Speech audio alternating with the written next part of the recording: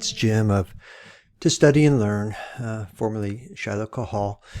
So I want to cover Jubilees 49 because it's a passage that has been troubling to me for a while. Had been. It's no longer, but it had been troubling to me for a while because it's used in the discussion of how to handle the Passover and the timing of the Passover that we'll see in the crucifixion week. But also it's so prevalent in the discussion of when a day starts, when it begins, because those who start from the position that you have an evening start of the day would point to these instructions that we receive out of Jubilees, which I believe is inspired. I think Jubilees, when it was written, it was inspired. It was scripture. But we do have problems with translations. And I will say that we have the prevalent translation coming from R.H. Charles. And it drives the other translations that we're seeing. So when we go from source to read about the Passover, chapter 49, verses 1 and 2, we're reading basically from the influences of R.H. Charles. And I think now that R.H. Charles probably was influenced in a difficult passage by church doctrines.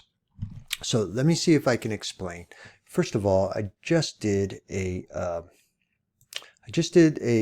some work on dealing with the beginning of a day and challenging, and I call it dismantling, the position that had been taken. But one of the things they trotted out, as they do, is this Jubilees 49 passage that is not identical to the R.H. Charles, but it's because it has some words changed a little bit. So I don't know if somebody retyped it or exactly, but really the essence of what this passage is saying, it was really the R.H. Charles passage, because we have this: remember the commandment which the Lord commanded thee concerning the Passover, that you should celebrate it in its season on the 14th of the first month, that you should kill it before its evening, and that they should eat it by night on the evening of the 15th from the time of the setting of the sun. Now let me take that and juxtapose it against the book of Jubilees. This literally is the R.H. Charles translation. Remember the commandment which the Lord commanded thee concerning the Passover, that thou shouldst celebrate it in its season on the 14th of the first month, that thou shouldst kill it before it is evening, and that they should eat it by night on the evening of the 15th from the time of the setting of the sun.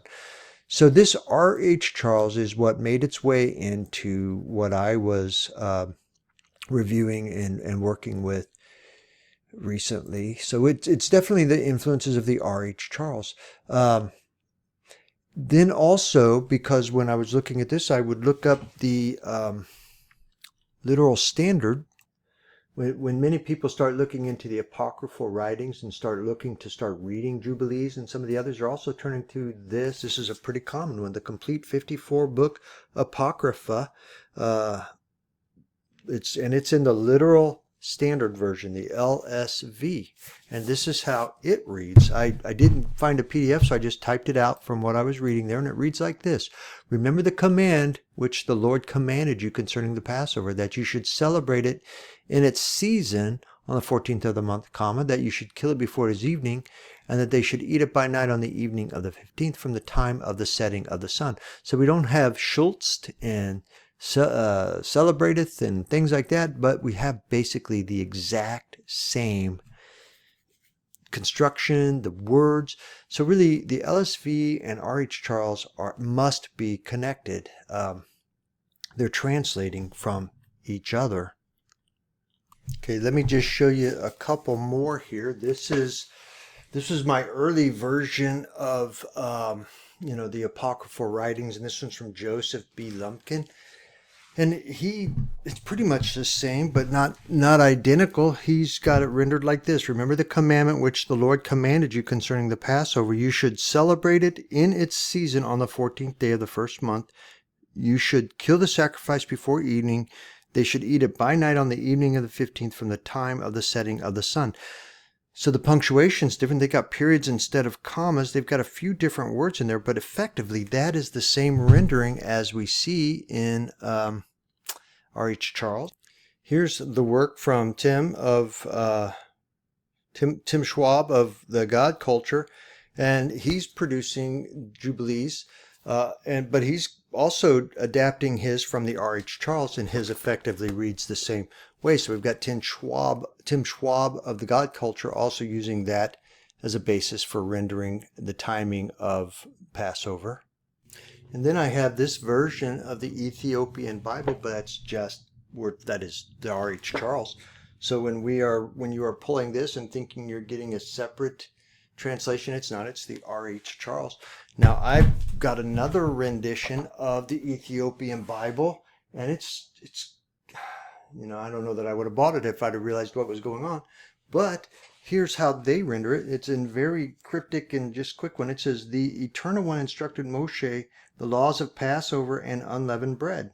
In the first month on the 14th day is the Passover of the Eternal One. From the 15th day, 7 days shall you eat unleavened bread." And that's it. Draws up very short of what we find in other scriptures, in other translations. And so effectively, all of these translations were leading everybody who will read to this idea that you're to eat the Passover at night on the 15th and not the 14th. As every other command we have tells us we've got to, slay the lamb, eat the lamb, and the night that Mastema, or the angel of death, passed through the land would have all been the 15th instead of the 14th.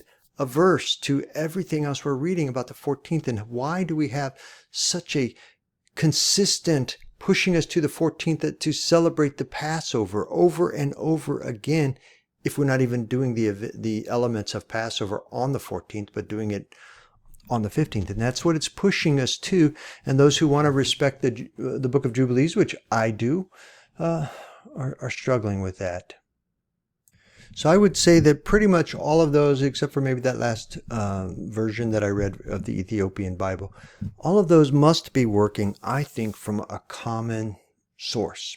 And I think they're sourcing from R.H. Charles, and they are really dependent upon his work and are translating from his work and taking his ideas, which I see happening between the Cairo Giza and the Damascus document Dead Sea Scroll translations of the Damascus document. I think that the way they translated the Cairo Geniza has influenced how they ended up translating the same Damascus document that they found in the Dead Sea Scroll caves, or in the Dead Sea caves. I think they influenced each other, because when you really get into the Hebrew doesn't lend itself to that translation unless you have. They're difficult passages, but they're just differing ideas. And if you stay with the Hebrew and what the Hebrew seems to be saying to you, it would be averse to your church doctrine if you are in the church and embracing the doctrine and understand those doctrines.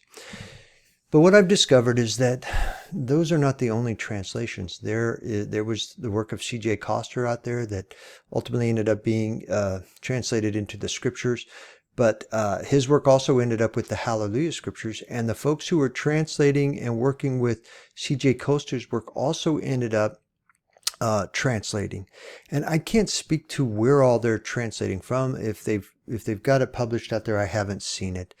But they are making, they have an interest in and are making a serious effort to translate literally, leaving doctrines out, leaving words out. Are they perfect in it? I don't think so. It doesn't appear to be, but they're much closer than everybody else. So they have a translation of Jubilees 49, and it reads like this: "Remember the command which Yahweh commanded you concerning the Pesach, which is the Passover, that you should celebrate it in season on the 14th day, on the 14th of the first month." See, they left day out here because it's just not part of the literal translation. "That you should kill it before it is evening, and that you should eat it by night in the evening from the time of the setting of the sun." In this version, this translation, there is no mention of day 15. We just know that you're to kill it on the 14th before it is evening, and that you should eat it by night in the evening from the time of the setting of the sun, which we have other commands telling us, you start eating once the sun sets, and you eat it into the night. So this would go along with the instructions without introducing that you are eating on the 15th, which allows then, it works, it fits, it collaborates with, maybe that's the wrong word, but if you start the day with sunrise, which puts all of the events of Pesach or Passover on day 14, as it seems to be throughout the rest of Scripture, the sunrise start of the day allows you to do that, and this translation does not work against that. It works with it. Let me show you the RST&E. So the RST&E is the Restored Scriptures True Names edition, where they are introducing the various Hebrew names, including Yahweh, like the Yah Scriptures did. And they are also trying to be much more literal in their translations. And here's how theirs read. It reads, remember the mitzvah, which is the command which I, Yahweh, commanded you concerning the Pesach, that you should celebrate it in its season on the 14th of, again, no day here, of the first Kodesh, which is month, that you should kill it before it is evening, and that you should eat it by Lila, which is night, on the same evening to the 15th, from the time of the setting of the Shemesh, which is sun. So in this translation, again, they don't have us eating by night on that same evening that you kill it. They don't have us eating by night on the 15th.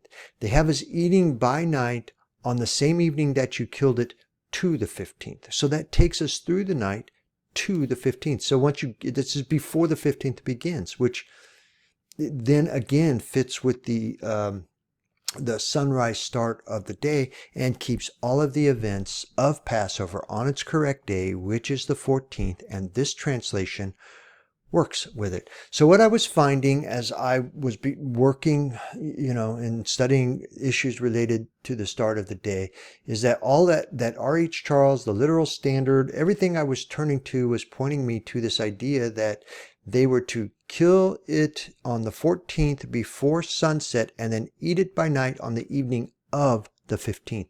And that's a problem.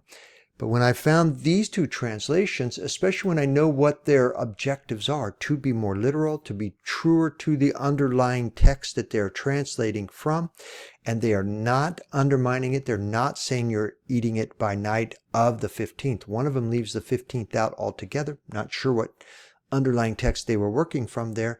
The RST&E says to the 15th. Well, until recently, I didn't really know I could access or find the Hebrew, but I did find the Hebrew that underlies this. And I think it's the Hebrew that underlies R.H. Charles. And let me explain what I mean by that. So I found it here in the Sepharia library. And you can go and you can get to the book of Jubilees, chapter 49, and you could start in chapter 9, verse 1. And here is the Hebrew. And then here is what they're giving us for the translation.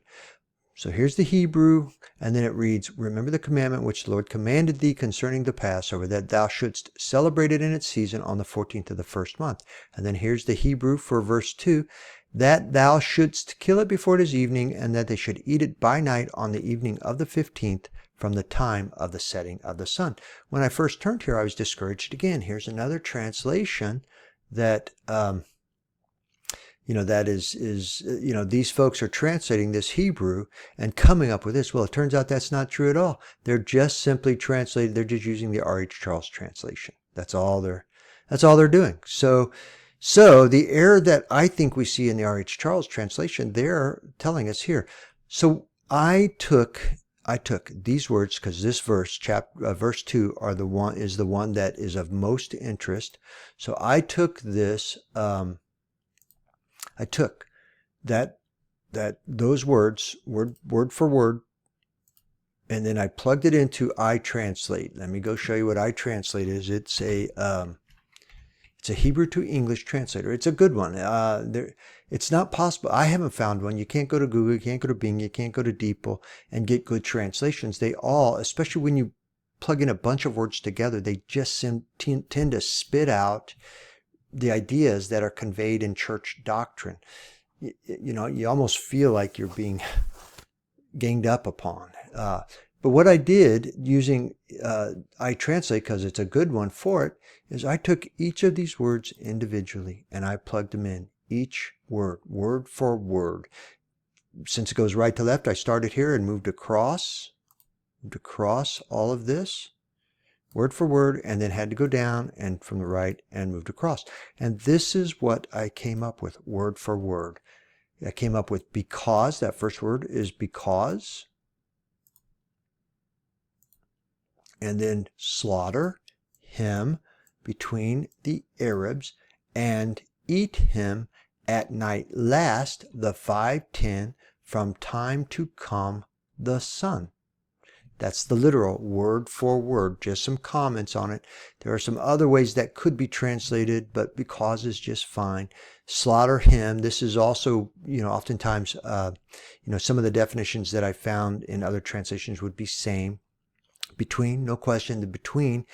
Now, between the Arabs, when you get into EREB, the underlying Hebrew for evening, what is commonly transliterated as Ereb, the Hebrew word translated into Ereb, the Hebrew word and even Arab is oftentimes translated as the Arabs, and that's what this particular version did for us. But we understand that it is speaking of the Arabs, which is the evenings, which is also when you go back to this, which, not this one, when we go back to the, and we come into that word, let's get there. Yeah, so we're talking about,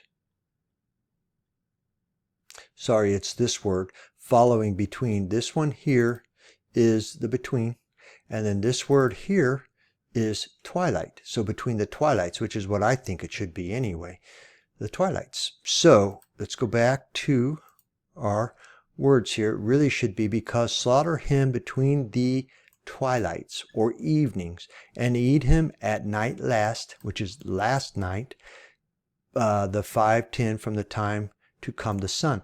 So if you're staying with a morning, a sunrise start of the day, which is the time to come the sun, that is the coming of the sun, it's the sunrise. And if you're on the 15th day, which is what this 5:10 is how they do it in Hebrew. So if you're on the 15th that comes with the rising of the sun, they're talking about the night last, the last night. So literally, this is because slaughter him between the evenings and eat him last night, before the 15th, beginning of the 15th, effectively. Try it again. Because slaughter him between the evenings and eat him at night last, the 5:10 from time to come the sun. So when the sun comes up on the 15th, you are to eat him the night last, before that happens. Well, that's a difficult that's difficult. Word for word, that's difficult. Was it difficult on R.H. Charles? I don't really know. Or was he already given to finding that you're supposed to be eating on the day 15 because he'd already worked it out that if you're going to start the day at evening, which is what the church has taught, what Judaism has taught, and if you're going to start that day at evening, then you have to be, if you killed the lamb, late in the day on the 14th, you've got to be eating them on the 15th. And I just, in the work I just did, in the review I just did, this is where they're landing too. They are finding, because they're trying to reckon from evening to evening, that they have to be eating Passover on the 15th. And I just find that's a problem, since the Passover is literally the 14th day. So anyways, that's it. I just wanted to share that really, where everybody is taking this language and running with it as though that is affirming a sunset start of the day. It's just, this is an example of where the translation is working against you. It's giving you bad information. The translations are, you think you're turning from one translation to another, but they're all based upon the work of R.H. Charles by appearance. When you start turning to some of those scriptures that are off the beaten path, like the Yah scriptures and the RST&E that most people aren't really bothering with, but they are trying to be true to the names and true to the underlying Hebrew and Greek, but they're just trying to be, and then when you do that, you start getting a different meaning, a different translation that lands you at a different meaning. And when you go to the actual language, the Hebrew, and put it in word for word, it again, by all appearances, is telling you that you're to eat it before the 15th, because the 15th comes around when the sun rises, and you're to eat it the night before the 15th.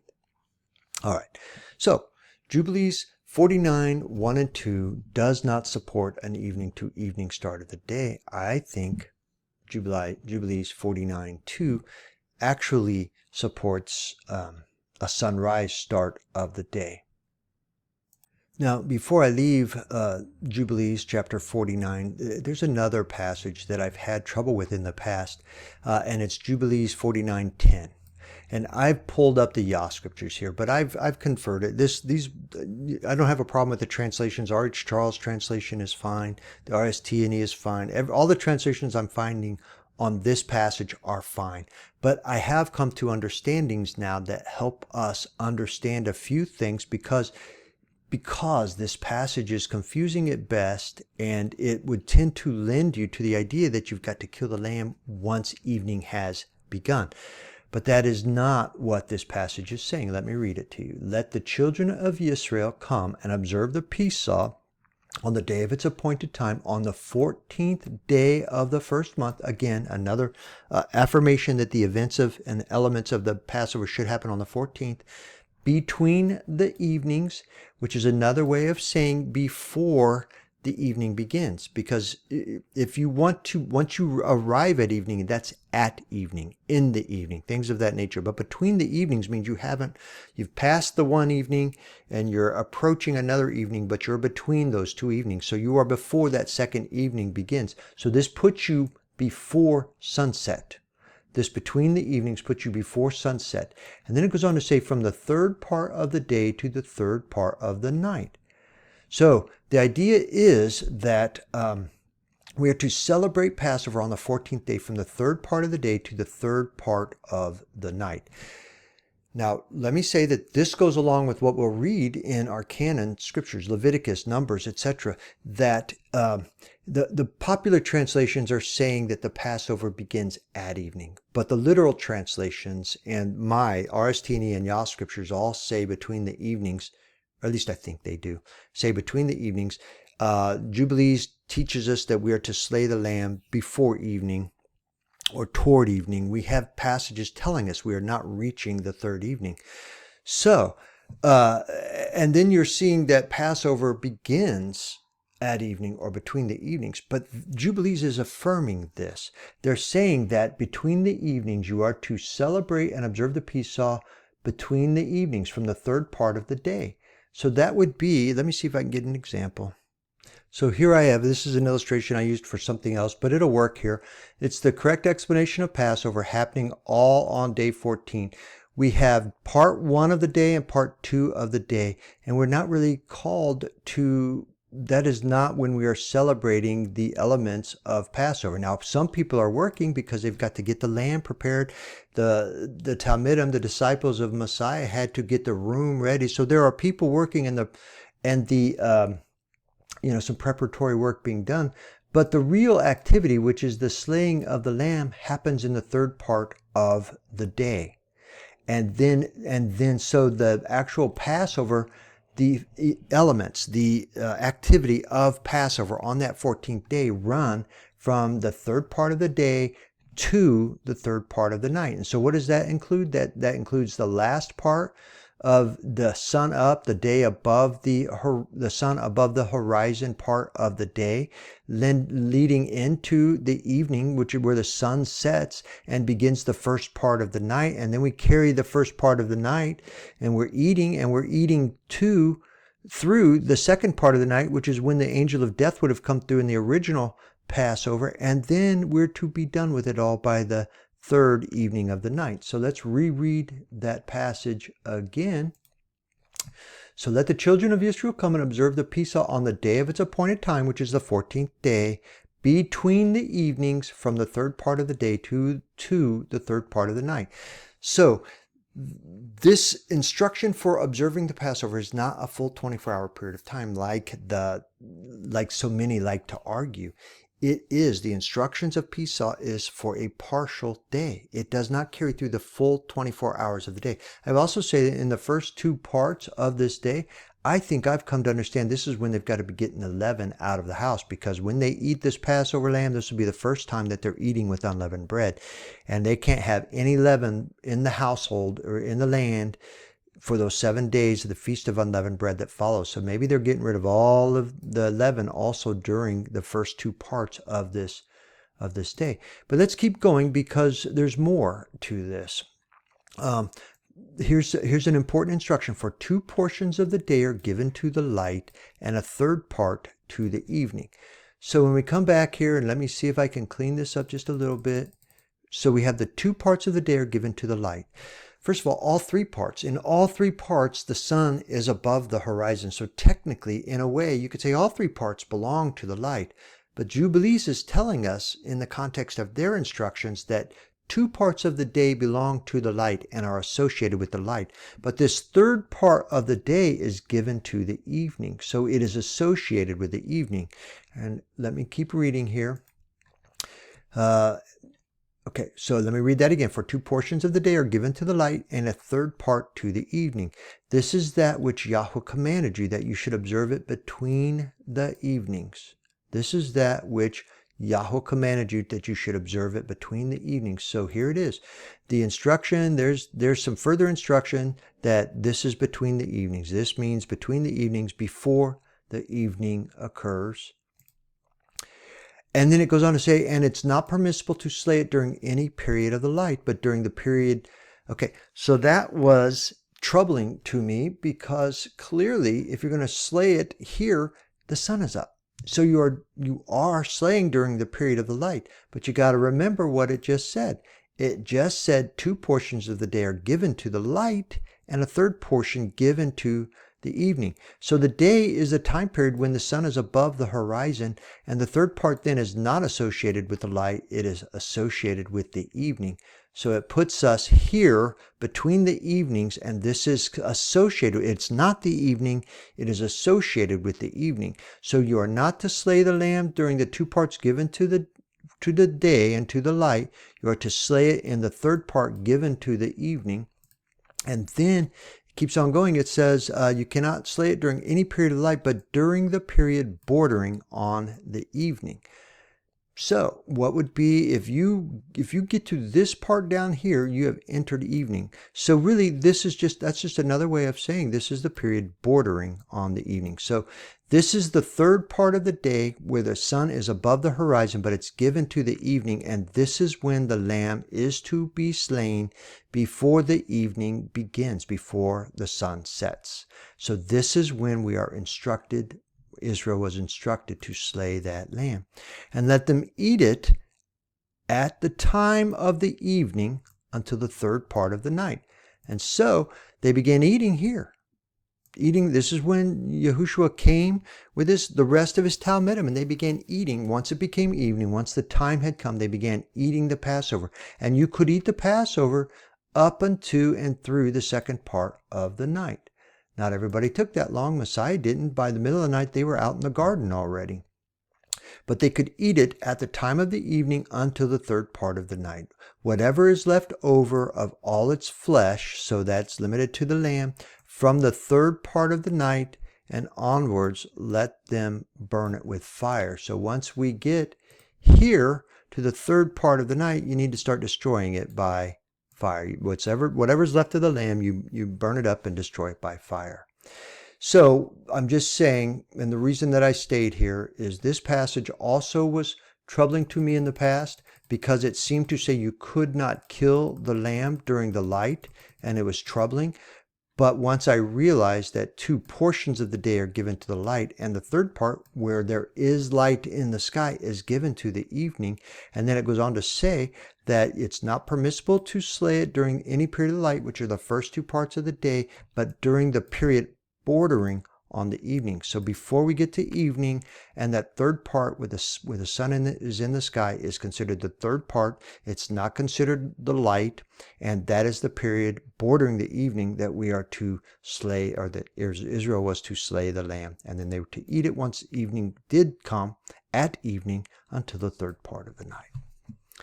All right. Well, thank you. I just felt like we needed to visit Jubilees 49 since it is such an integral part for those in the communities that I consider myself part of. They are using Jubilees as serious scripture, as do I. Although I prefer the more literal translations, I prefer the Yah scriptures in the RST to get my information out of Jubilees, because I have found reason not to trust the other translations, as we see from R.H. Charles. But it's used in the discussion, and where initially it seems like it could be used to support the sunset start of the day, it actually undermines the sunset start of the day and supports the sunrise start of the day. All right, well, thank you, and may you be Baruch.